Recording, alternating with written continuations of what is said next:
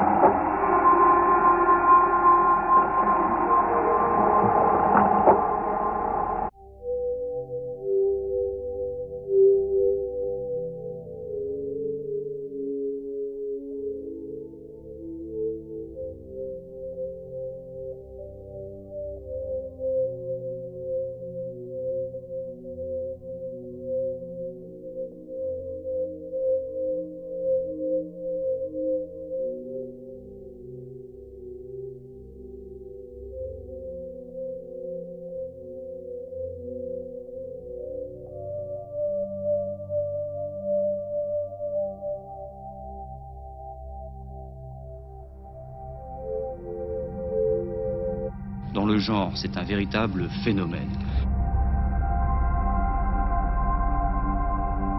Cette région est dotée d'un système météorologique extrêmement intense, extrêmement violent et surtout changeant d'une minute à l'autre.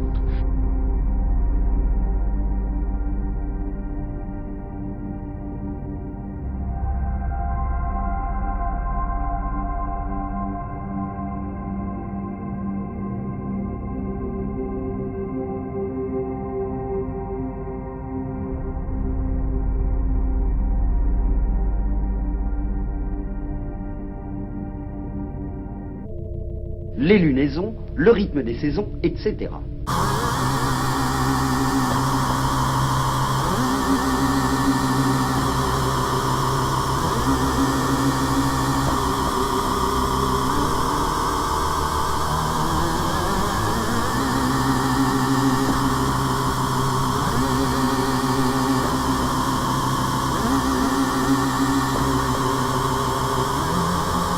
Ça se passe au mois d'août, c'est l'été, mais en même temps, brutalement, ça va être l'hiver.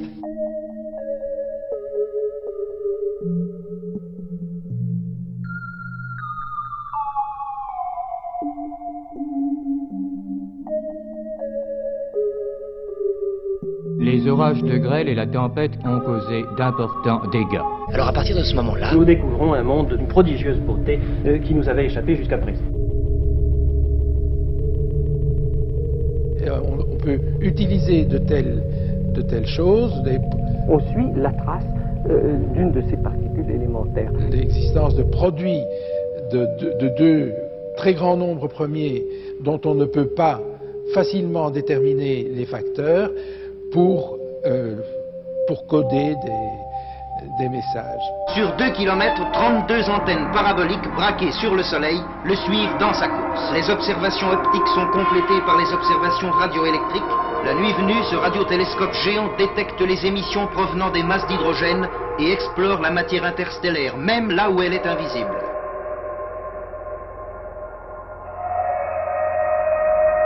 Passons maintenant à un grossissement un peu plus important. D'autres procédés encore sont utilisés pour mieux distinguer la fenêtre du cosmos, suivant la façon dont sont faites les colorations et suivant la lumière utilisée.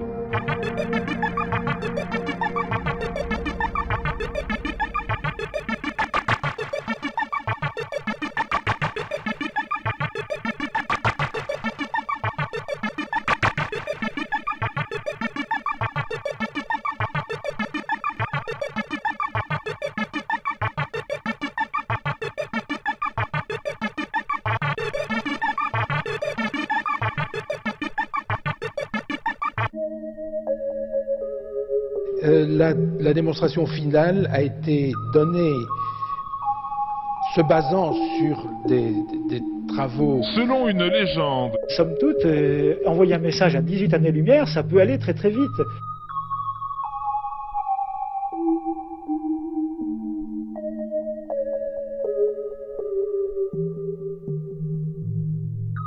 Le triangle des Bermudes serait le point précis de passation de la matière d'un système à un autre système par l'accélération de la vitesse et du temps.